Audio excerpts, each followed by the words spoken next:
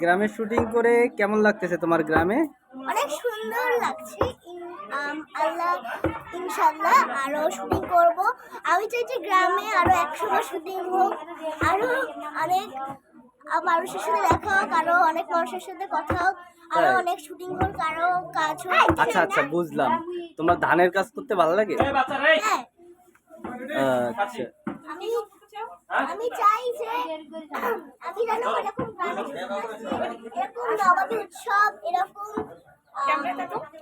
সুন্দর একটা বিজ্ঞাপনের জন্য আরো কোনো কাজে আসতে পারি। আমি সবসময় দোয়া করি আল্লাহর কাছে যে সবসময় আমাকে যেন সবাই আশীর্বাদ করে, সবাই দোয়া করে, আমি যেন আবার এই গ্রামটাই কাজ করতে পারি। আচ্ছা। এখানে আসাটা অনেক কষ্ট, এখানে আসতে গেলে বাসে হোক, ট্রেনে হোক, প্লেনে হোক বা প্রাইভেট কারে হোক 7-8 ঘন্টা একটা জার্নিতে কোন মানুষ বসে থাকতে পারে? হ্যাঁ, যদি হতো যে কক্সবাজার হোক, ইন্ডিয়া হোক, এটাতে মানুষ একটা এনজয় নেয়। হ্যাঁ। 7-8 ঘন্টা জার্নি করে তো একটা মজা ফিল। তুমি কোথায় আসছো বাবা? একটা মজা আমার দিনাজপুরে আছি। দিনাজপুরে আসছো?